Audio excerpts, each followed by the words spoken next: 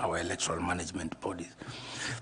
And I think some of the recommendations touched on the roles, the functions of the secretariats vis-a-vis the commissioners. And therefore, there was a recommendation to clearly delineate these roles so that to avoid situations where there are conflicts between the secretariat and the commissioners that can sometimes undermine the credibility of the institution, but also the credibility of the electoral processes. So that's one of the things that I can recall. Thanks so much. Now, I want to make a follow-up question on the same. Kenyans are watching, and Kenyans are wondering why, for instance, the roles of the IEBC commissioners, when they are not there, the gazettement, the issue of gazettement, so that voter registration can go on. What is your take? Because it's actually the Secretariat which should be able to do that. Because why? Is it a problem in the regulations or in the law? Because the law says voter registration should be a continuous process. So Kenyans are wondering, why should IEBC staff all over the country be earning even salaries in the first place? What do you think you'll be able to do as a chairman to ensure that this process of voter registration is continuous? Because like now, if the commissioners are not there, they're not doing anything much, why should they not be doing voter registration in the first place? Thank you, Mr. Mohati. I think this issue has also been disturbing my mind whenever I try to interrogate our electoral processes and wonder why do we have to wait until sometimes towards elections, then we start running like headless chickens, trying to do mass voter registration. And yet, the Commission over time has put in place and actually continue normal, regular basis to register voters and to clear it. So for me, I think my understanding at the moment is that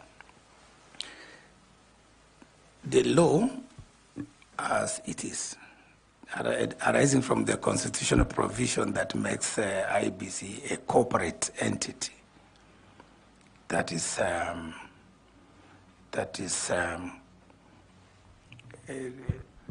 corporate entity now makes it, in terms of decision making, it is the commission constituted as a board that makes some of those decisions, and including looking at the voter registration arrangements and okaying it. And if you look at the Elections Act, most decisions originate by way of gazette. Presidential election or vacancy has been declared, the chairman will gazette. Voter registration, chairman will gazette. Voter education. So for me, we need to look at the law as it is and to ask ourselves, does it serve public interest things this way, or public interest will better be served if we decentralize some of these things so that then all that is needed is some kind of delegation of responsibility to the Secretariat to run with it. So for me, it's also a vexing question to me. But as a new chair with my commissioners, we will look at this and then make proposals working with political parties and other stakeholders to see whether there's a case for law reform. For me, I think that's how I would look at it. Thanks so much. It will be an issue, I wanted to remind you, it will be an issue of looking at the regulations, because the Constitution is very clear that voter registration should be a continuous process, so it's a matter of looking at the regulations.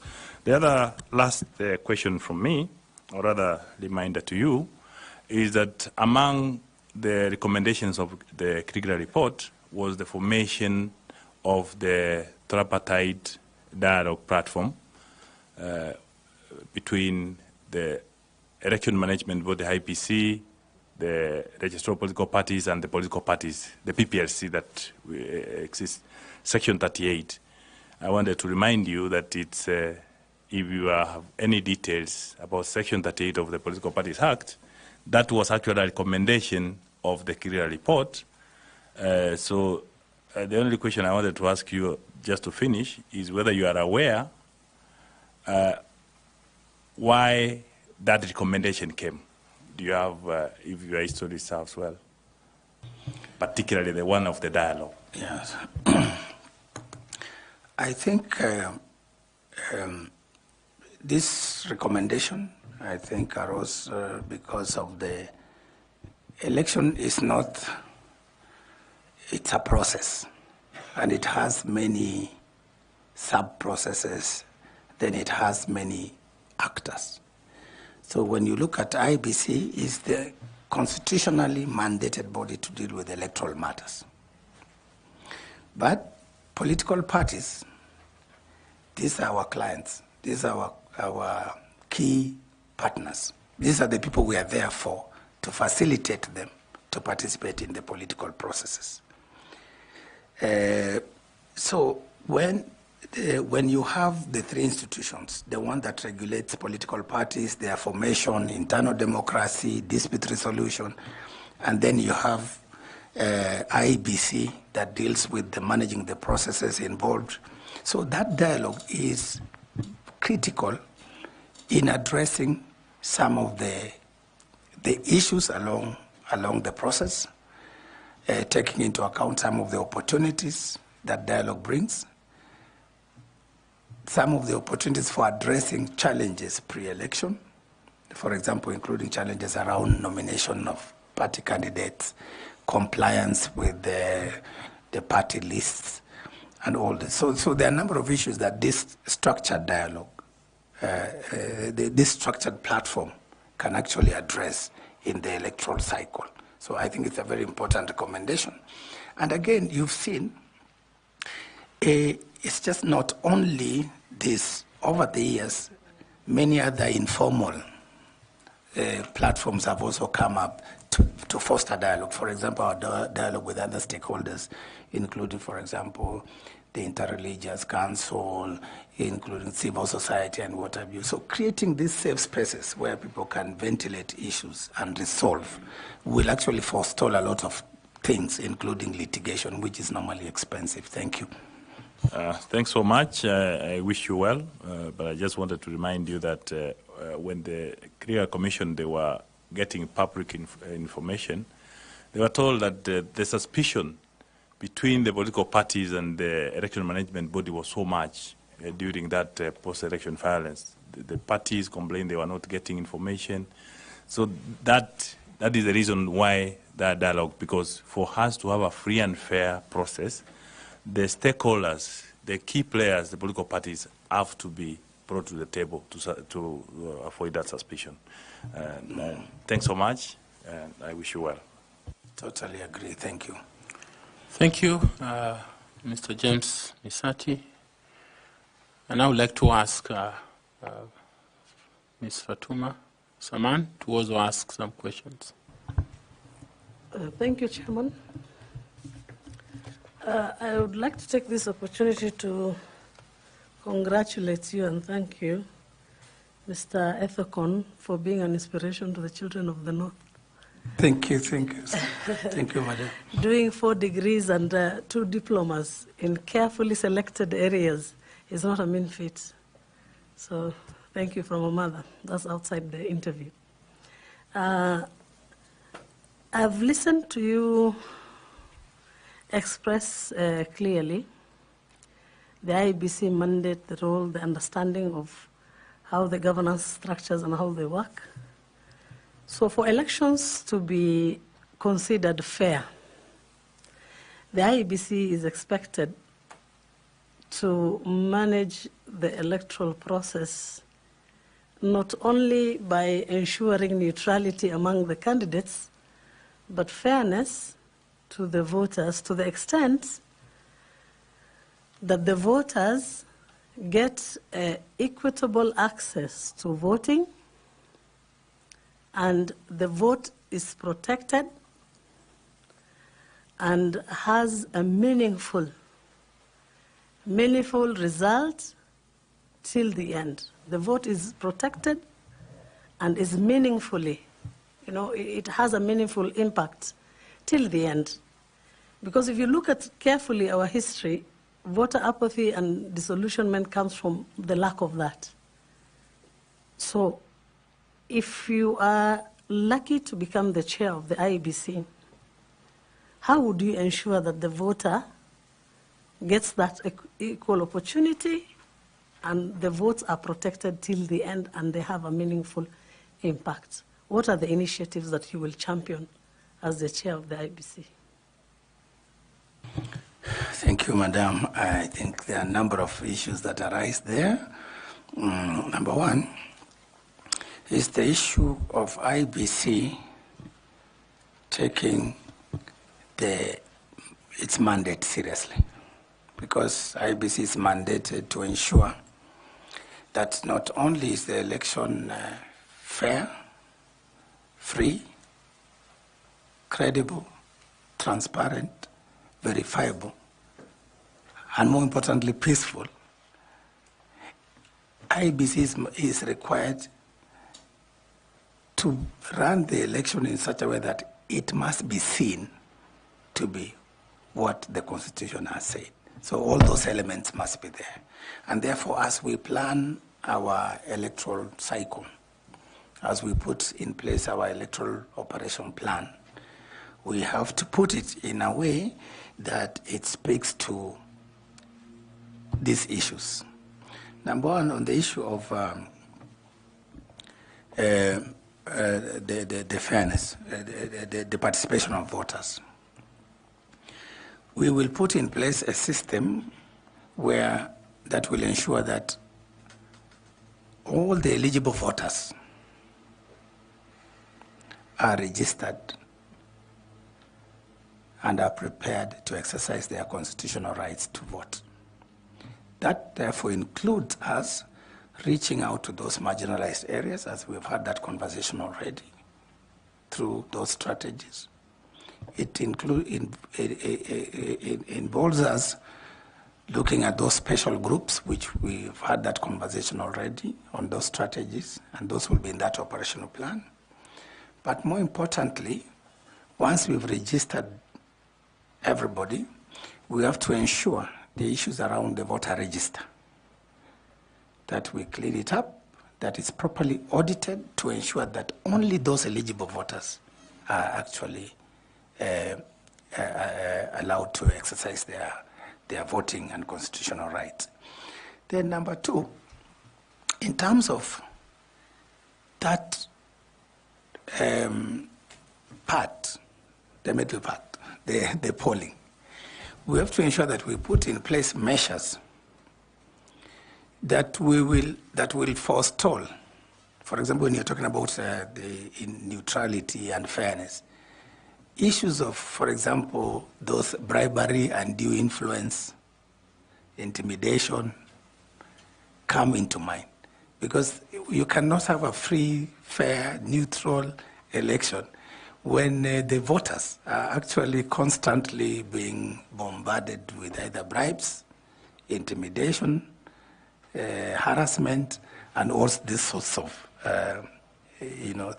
threats to a free and fair and neutral election. So we will put measures in place, working again with actors, political parties, to ensure that we manage these incidences that will put undue pressure to the voters, so that they're able to express their free will, exercise their universal suffrage rights, based on the quality of their vote and the quality of their vote. Because a vote that you cast in your free will is a quality vote. Then there are issues of access during the polling.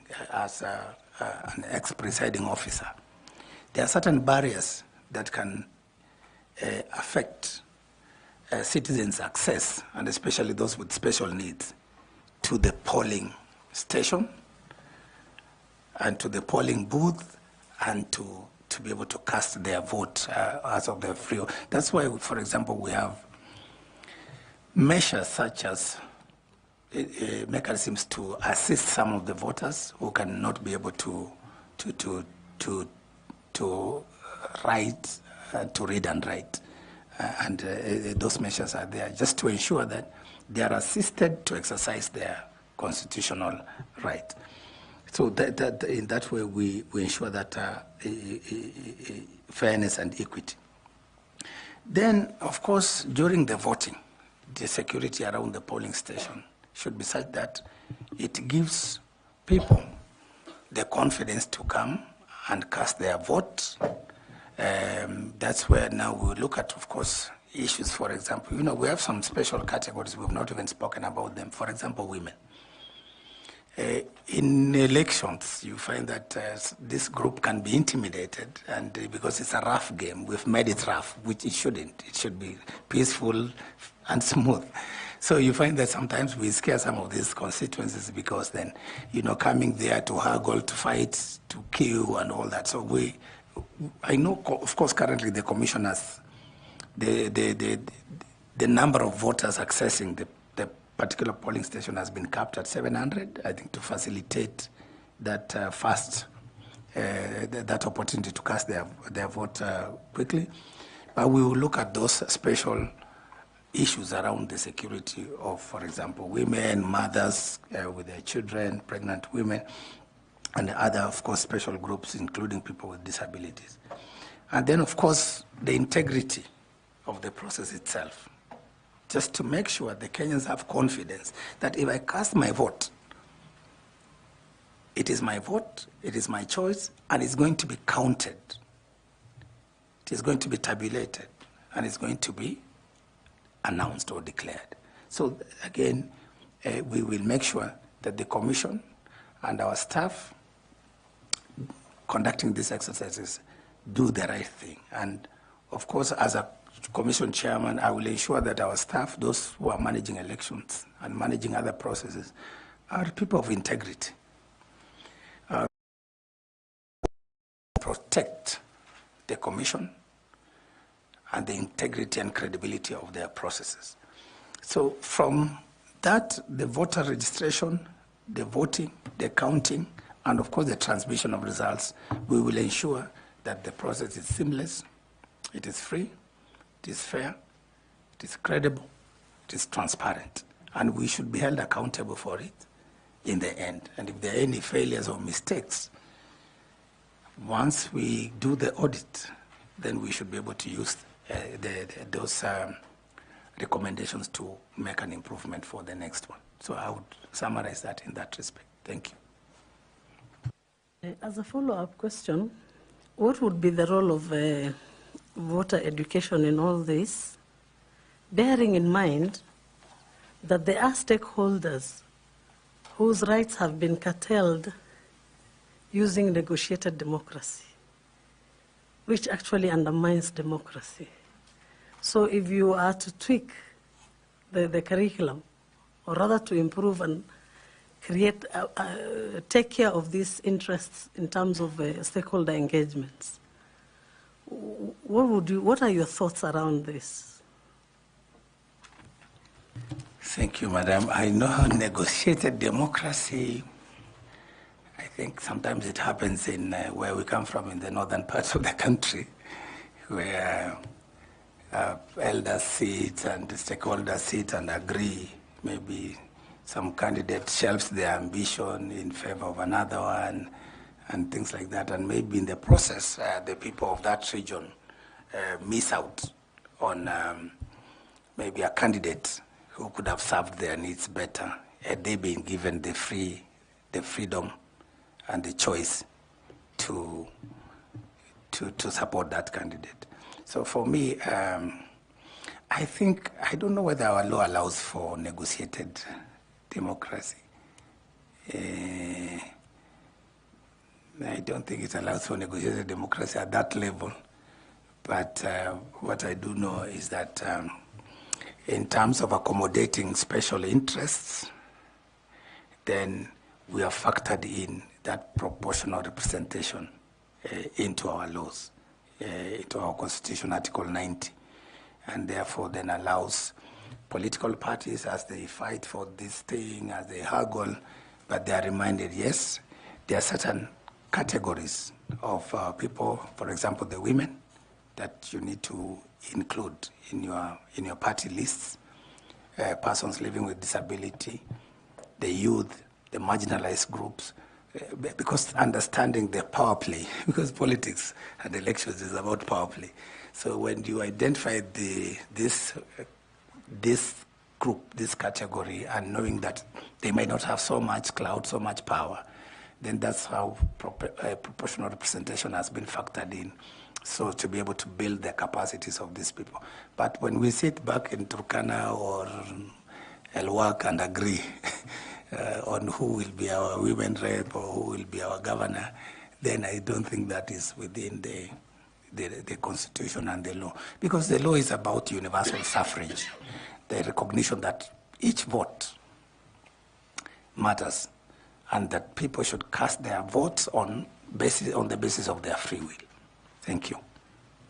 Thank you. Universal suffrage and the emphasis on the universal suffrage and the emphasis on the rights to vote independently. Thank you very much. And I will ask Nicodemus Bore to also ask you some questions. Thank you very much, Chairman. You have generally described yourself as a human rights lawyer, though you did something on oil and gas. I don't know, you had the intentions of becoming a baron, oil baron. And from your CV, you have also noted that you have worked very closely with the women of the world and developed very gender-sensitive policies. Coming back home, we note that there has been this very elusive two-thirds gender rule principle. And now, given a chance to become the chair of IEBC, what strategies or recommendations would you propose to help us achieve this principle? Thank you, Mr. Bore. I think the question of gender is very important, and I think our Constitution speaks to that question. And I think I just finished by trying to discuss that issue of proportional representation. So in terms of gender, this has been a national debate. And when I look at the books, when I look at the reports and the discourse generally out here, and looking at what the Commission did in the last election, the Commission, working with political parties, tried to enforce the compliance, tried to ensure the compliance with the party list requirements in the political, in the law, for purposes of actually bridging the gender gap. But of course there were some challenges which I will explain. But generally speaking, when you look at our county assemblies, the elections under Article 177 and the requirements of the law, the party list under Article 90, where now these political parties have to share certain positions so that then they can meet the gender to that requirement. The report, if you read the post-election evaluation report, it shows that actually the county assemblies have met the 2/3 gender rule. And you can begin to see the process by which some of the safeguards in the law, where now the computation of how do you allocate those seats.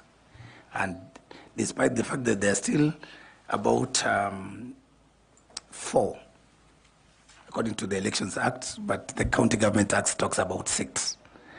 That's the youth, people with disability, and the marginalized groups. But the gender top-up taken in totality, then the county assemblies have made it.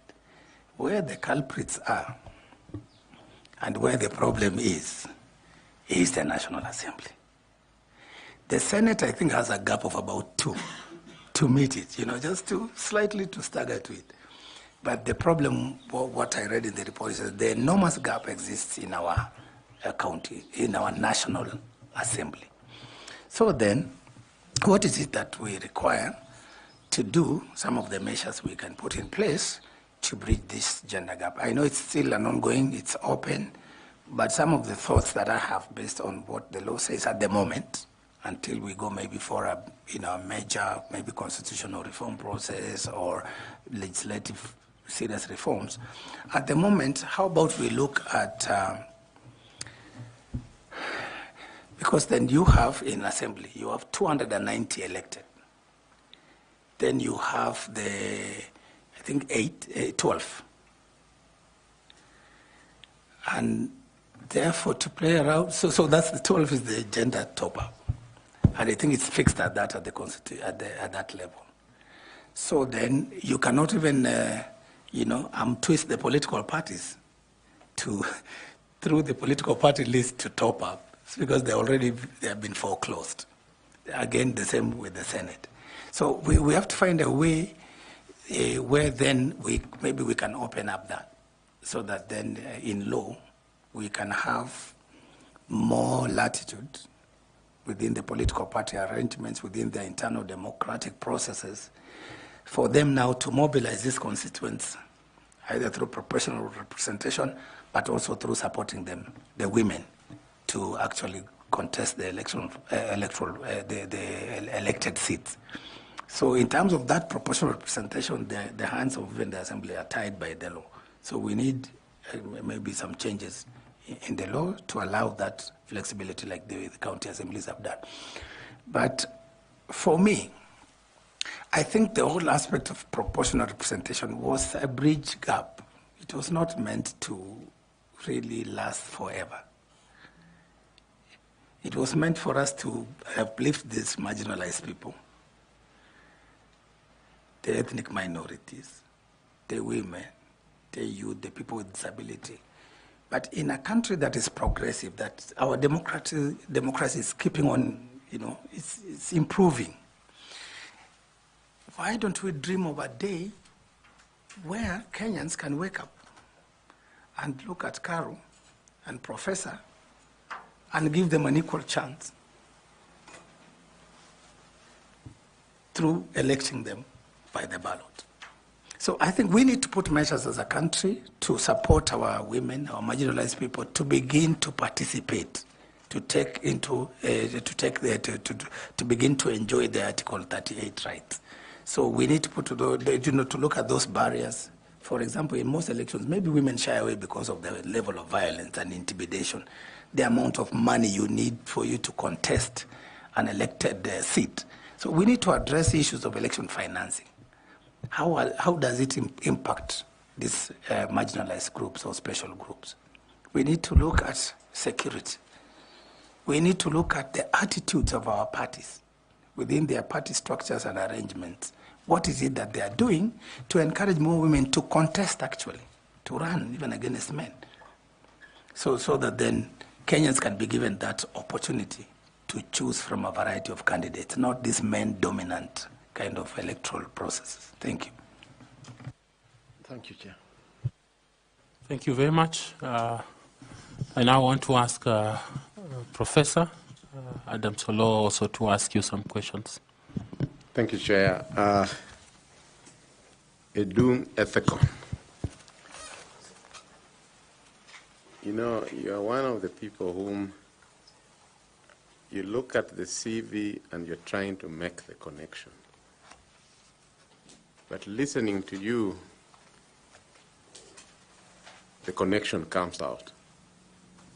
And therefore that makes me change Thank you. the question that I wanted to ask, because the Vice Chair and other members have brought out that connection.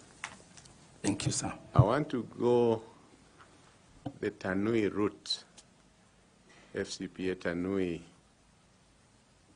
to give you the practical aspects of our election, and therefore ask you to tell Kenyans why at 48 you are that man that they have been looking for. FCPA Tanui gave you the example of Samuel Kivitu the late. He was quoted as the results were coming in, saying, I can't reach my returning officers. I hope they're not cooking results out there. Then on the day that he was announcing the results at KICC that you have referred to, he was alone with only one media station, the state media station, with GSU around him. And the swearing in took place at dusk. No normal fanfare, no presidents invited, no ambassadors invited. We had to change the law so that now there's a very clear legal process of swearing in the president. In Bomas that you have talked about, a near similar scenario took place. The Supreme Court, even as it threw away the petition, said that the chairman had created an illegal office. The chairman had assigned fellow commissioners what you would call hospitality duties. And in the illegal office, the secretariat was carrying out duties that normally the commissioners are supposed to oversight. You gave us the example of how you and other men and women of wisdom of this country saved the country in 2013 through backroom channels. In other words, the pressure cooker, you released it to release the gas to the Supreme Court that was created by the 2010 Constitution because of the 2007. What I'm asking this gentleman from a marginalized community who, as Fatuma says, has gone against the odds, if you are made chairman, what would you do so that we don't make the Supreme Court the releaser of the pressure, and instead IEBC, led by Edung Ethekon, is the one that resolves and brings confidence to Kenya that finally we have a referee that leads an election that is fair, that is transparent, that both winner and loser and Kenyans and observers can say, this was the result. Thank you, Professor Adam Solo. It's a pleasure to see you here. The last time I met with you was when we were presenting our views from Turkana on the BBI process. This question is almost emotional, coming from deep from your heart. And as I said, we shouldn't have to witness those kind of scenarios. So as I said earlier, we need to look at as a country and as a people, where did the rain start beating us? Could it be the issues of trust in our electoral management processes? Could it be issues of pertaining to those people who from time to time are given those responsibilities to manage our electoral processes? Could it be an issue of processes? So I think, as you've rightly pointed out, from the Kivuitu debacle to Bomas, in between, there have been certain constitutional changes, some legislative changes, that have tried to move us from that situation where Chairman Kivuitu declared openly that he doesn't know where his returning officers are. And in the recent elections, as recent as 2013, 2017, and to date, we've witnessed a situation where the returns from the polling stations and the constituency tallying centers actually reach the final tallying center. So there have been certain improvements. For example, because I know most of the time voting might not be the real problem, but where the elephant in the room is in the manner in which we handle our results, the manner in which we tally, tabulate, count, tabulate, tally, and then transmit. So we've seen certain improvements through the use of technology, the RTS, the ERTS, the Electronic Result Transmission System, as we witnessed last time. We've seen improvement in openness, transparency, in the manner in which the results are handled both at the polling station but also at other levels. So for me, the way I look at it as Kenyans, I think there's a big gap, deficit in terms of us as Kenyans trusting our institutions to deliver free, fair, transparent, verifiable elections. So that lack of confidence is in our institutions and our processes is what we need to address. And if you look at, Prof, even the cost of our elections alone, it's one of the most expensive. And for me, the way I look, from where I sit, I see that lack of trust is what is costing us, even in accounting terms, in financial terms. Because then we tend, therefore now, to sometimes even over-prescribe, over-legislate, over-regulate. For example, technology, we know we have to procure, then we have to do audit, we have to get an independent firm to audit it, all the way up to after elections. So for me, I would pray for the day when we as Kenyans can trust and say, Mr. Rastas doing Ethicon has really nothing to gain by bungling elections, by undermining the will of the people of Kenya. What do I stand to gain? So I would want a situation where this new commission, we sit down, number one priority, how do we restore trust? How do we bridge that gap? We look at those processes. We look at the people, even internally, our staff. Are they neutral? Are they impartial? Are they professional? We as commissioners, we come individually. I'm here today, I'm speaking for myself, but there'll be others, they speak for themselves. You will pick 6, maybe perhaps to join me, luckily.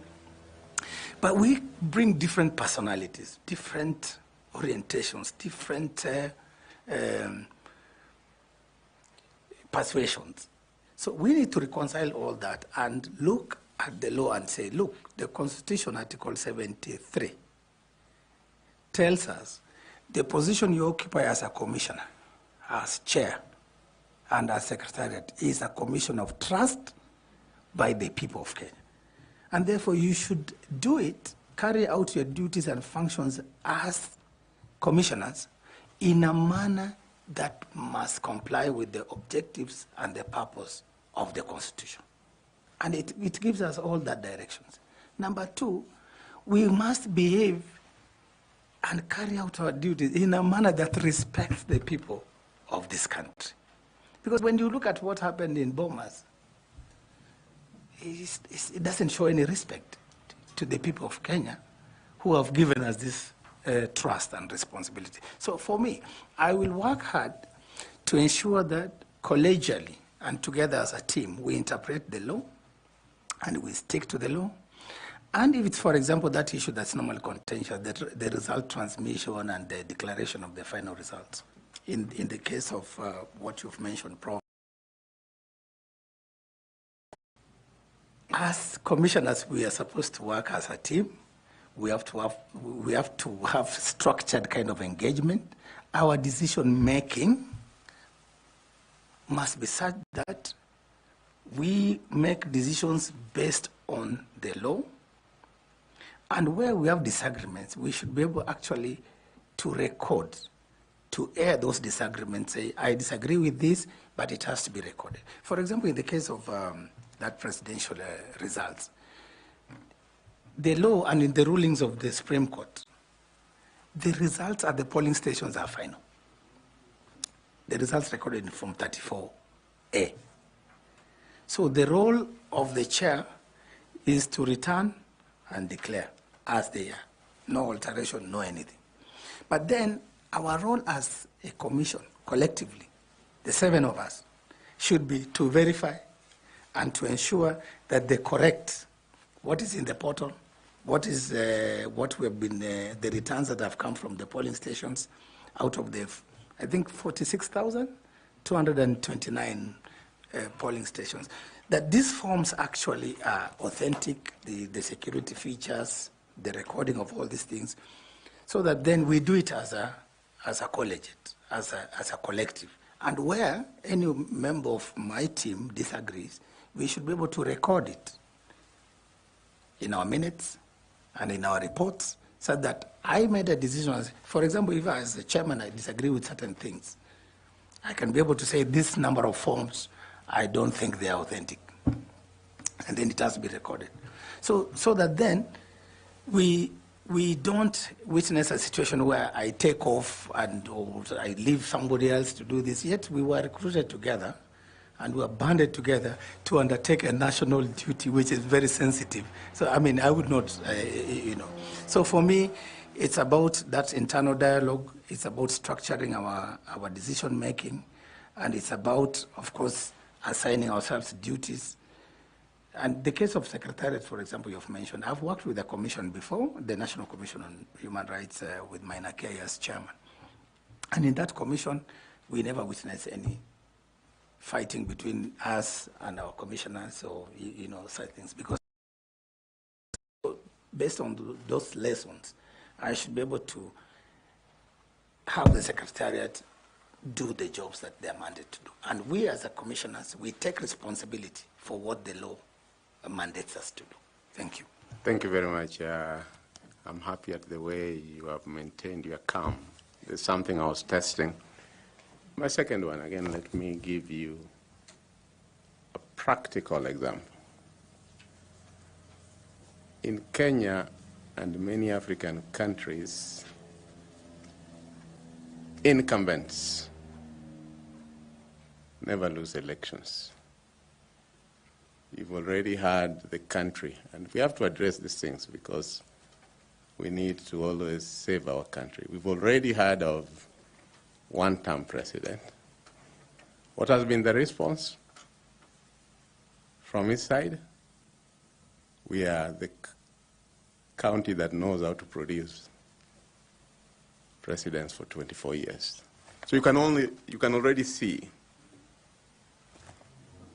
where the country is getting to politically. My question to you is that effective leadership at IEBC is not merely about technical competence.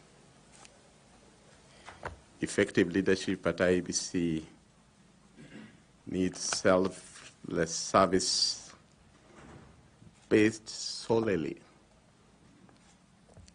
on public interest. The question, triple E, because you are Erastus Edecon. In your previous positions in your professional life, is there an instance that you are faced with a situation in which you had to choose between a decision that it's either based on popularity, that is hard to make due to undue pressure, or that you had, despite all the circumstances surrounding you, stand by the Constitution and the law. It exists. Which one was it? And which approach did you use to arrive at the outcome? Thank you, Professor, for that question. I think throughout my professional career, I have tried as much as possible to, I would rather frame it this way. I've been largely lucky not to have been put in those uncomfortable situations where you choose between breaking the law or upholding your own selfish personal interest. Because I worked with the Commission, again, the standards there, the ethical integrity standards were very, very high. United Nations is a highly regulated entity where you are required to declare any other personal interests, and the systems and structures are systems of accountability and decision making. But when I ventured to back home to give back to my people in Turkana, when I saw an opportunity, but also the challenges they were going through in terms of grappling with legal issues, I went to serve as the first county attorney for Turkana, and I supported them to set up the office of the county attorney, where I served for 6 years. It is in that environment of public service that sometimes you are faced with some of these uncomfortable situations and scenarios where you have to choose either fidelity to the law, or you bend the law, or you break the law for the benefit of certain things. And I must tell you, throughout my 6 years, without getting into specifics, there are some incidences where the procurement takes place, and then when it comes to my attention for the legal opinion or legal advice, and then you get this pressure coming from some of those officials saying, we want this to go this way, we want this to go that way.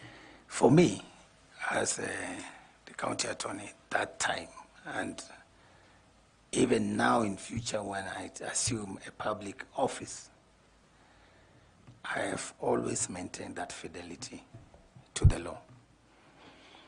There are those instances where I have had to say as it is. And the way I managed to circumvent that, or to beat that kind of group, was to do my advisory in writing and to say, this is against the law, take it or leave it. And in that case, then people started getting used to it. So that therefore then by the time they come, they bring an issue to my attention, they know I will stick with the law. But then the downside of it, sometimes some of these guys go underground, so they do their own things there, and they don't bring to your attention. So that by the time the CPA Tanui's group comes, the auditor, they check their books. That's when some things come out of the closet. Then you realize, but what happened? This should have been brought to my attention.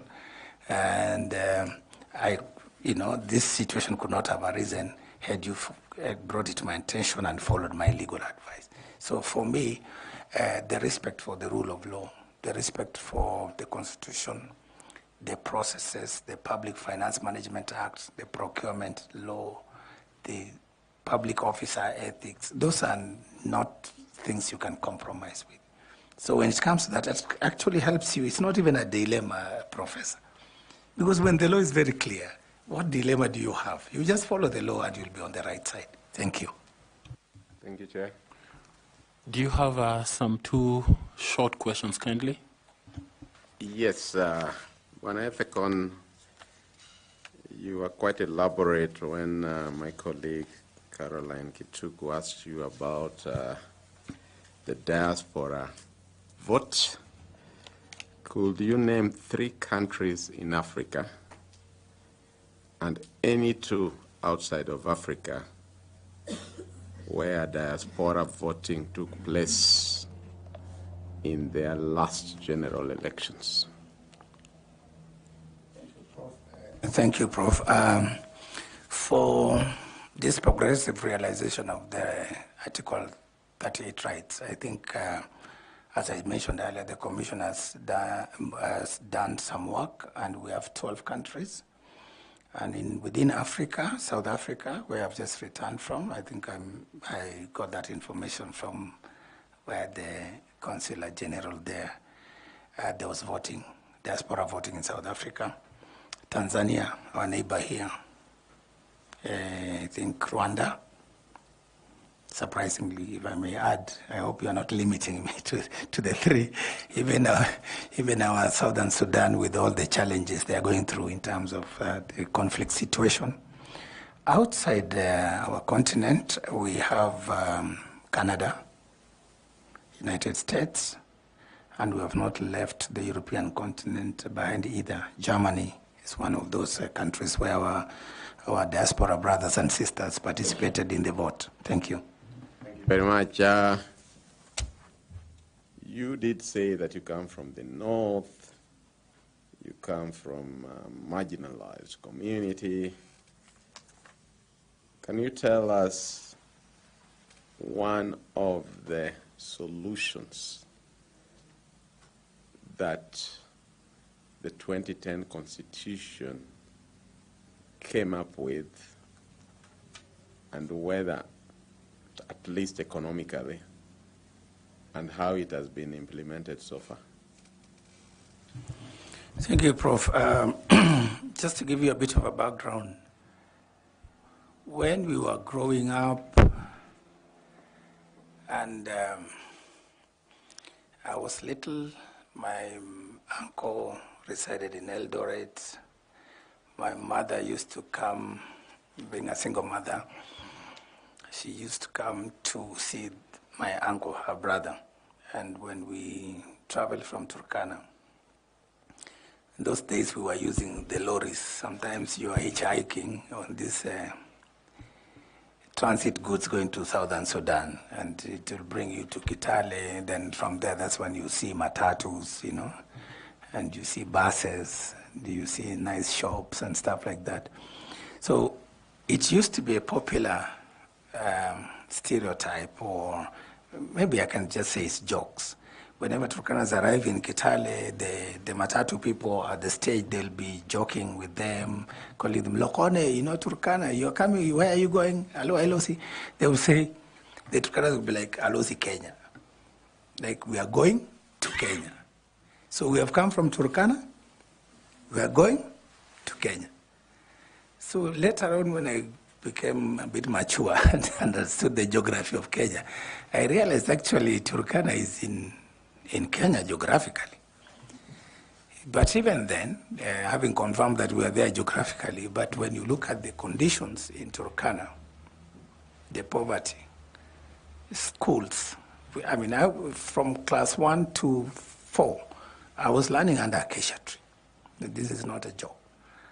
And the beauty part of it is when the wind blows and the weather changes, then you have an opportunity to run home because, you know, when you're young, you don't like school that much. But see, we grew up under those difficult circumstances. And so the Catholic Church was actually our kind of de facto government because it's the one that was providing us with basic services, education, health, relief food. So, but something significant happened in 2010, and the new constitution ushered in devolution, decentralization of government. And with decentralization of government, power, resources, I think for us, sometimes we tend to joke among ourselves and say, you know, this is Turkana's independence hour. This is our independence time. This is the time now we're beginning to see what freedom is. Freedom from, you know, the basic needs, freedom from hunger, the right to expanding access to basic education. So with devolution and the first phase, we've had tremendous progress in Turkana. Even if you don't talk about tangible projects, for example, just the sheer number of Turkanas who are employed alone and accessing a salary and are able to support their extended families, so that even during drought, they are able to cushion them. That alone is very significant. But with the county government for 6 years under the first governor and the second governor, we've put in place structures, the county integrated development plan. Thanks for all that. Because of time. Yes. Constitutionally, what's the prescription that the Constitution put in place for marginalized community, not just Turkana, all marginalized communities in Kenya, and how has it been implemented so far? Of course, in terms of, I was just giving a specific example for how devolution, of course, that decentralization of the government and resources has made improvements in those marginalized areas. And for me, I think that's the most actually significant.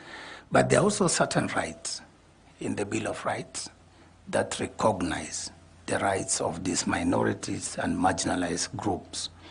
And that's why, for example, then, the rights to political participation.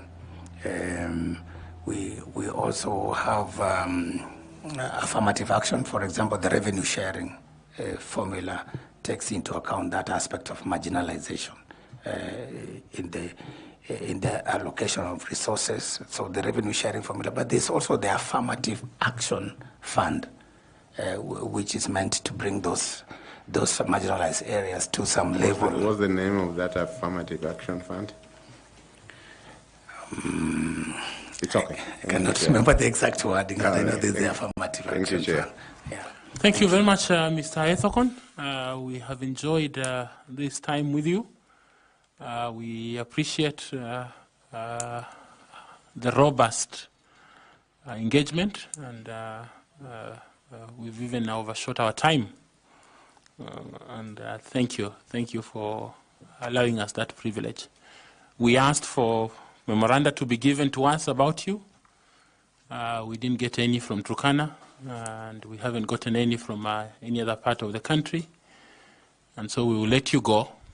Thank you. And maybe invite you when we receive something like that. Do you have any question for us? Thank you, Mr. Chair.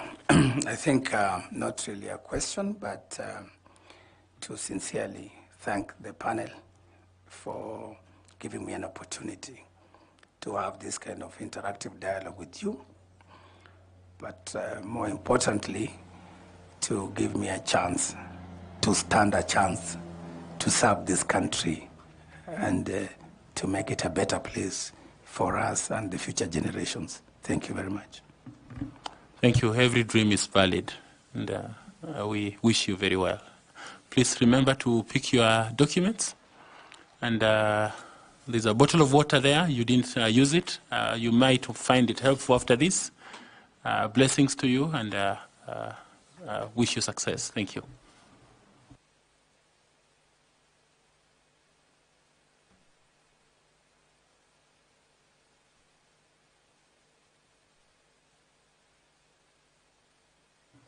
Okay, asanteni, our friends in the media, so maybe some few minutes so that we can finish up this. Just unhook your gadgets so that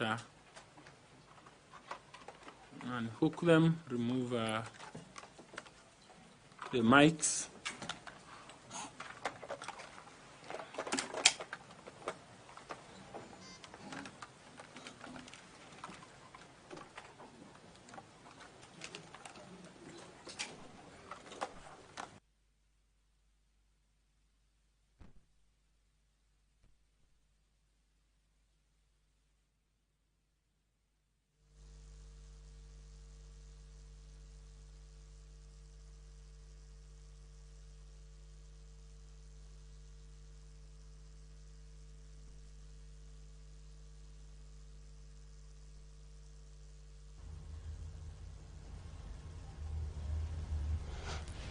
Live from the College of Insurance in South Sea, Nairobi, happening now is the IEBC chairperson interviews that are currently underway. We've just finished up with Erastus Edong Ethekon from Turkana County. We're expecting the next to be Francis Kaikai Kissinger from Vihiga County. But before we do that, we will be having a live discussion right here.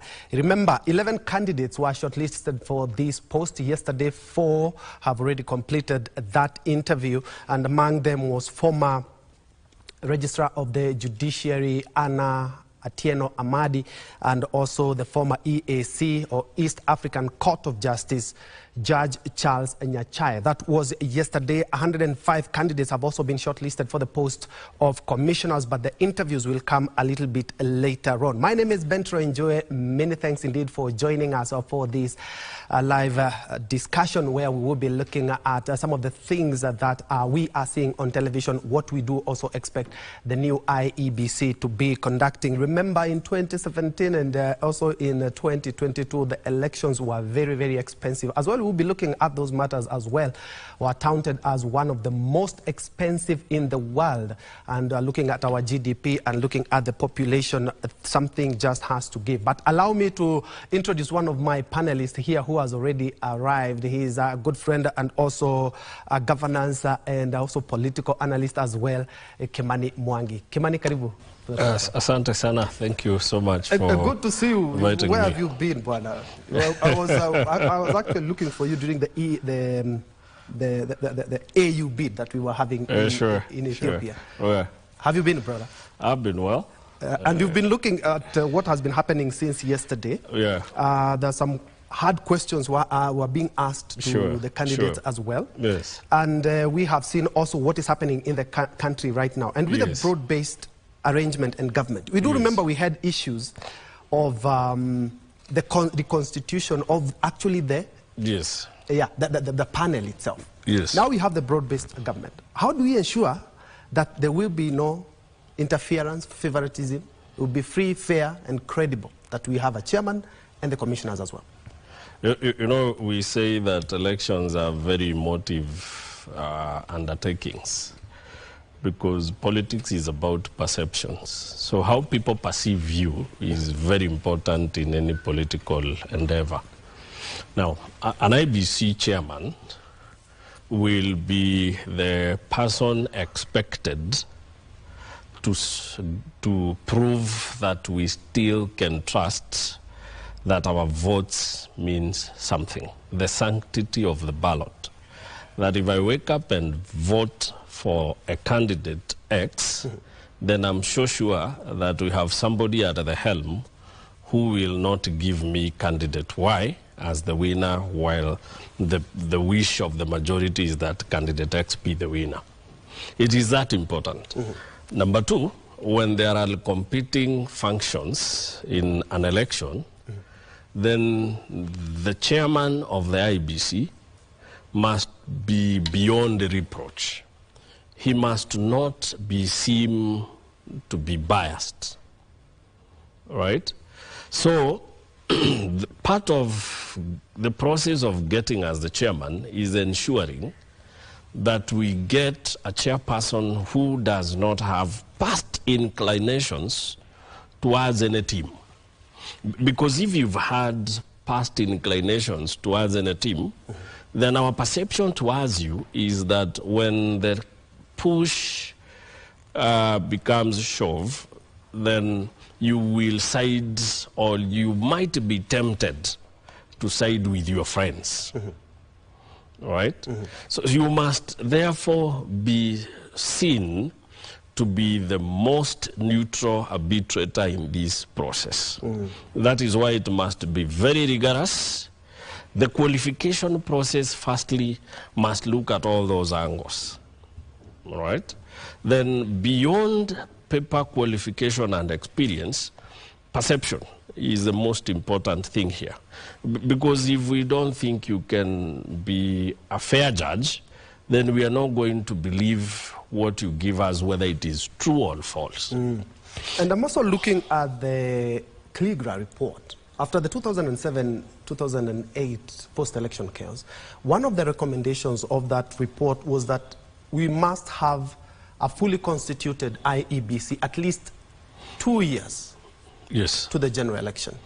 Yes, because... I'm looking at the timeline that we have. Yes. We need to clean up and audit the voter register. Yes. We need to register many people, and especially the Gen Z are waiting for that. Yes. And we also need to put structures in place. Mind you, we also have by-elections to hold. Is this time frame that we have? I think we have about 13 MCA general by-elections and 3 MPs and 1 senator, right? By law, we are supposed to start up the process of filling vacancy for commissioners 6 months before expiration of the period, or 14 days after it has been rendered vacant in the case of the unforeseen circumstances. Yet ours, we are almost 2 years behind.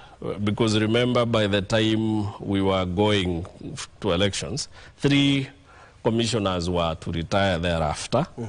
4 commissioners contested what we got as the results from the elections. And there was a tribunal that was formed to fire them from the office.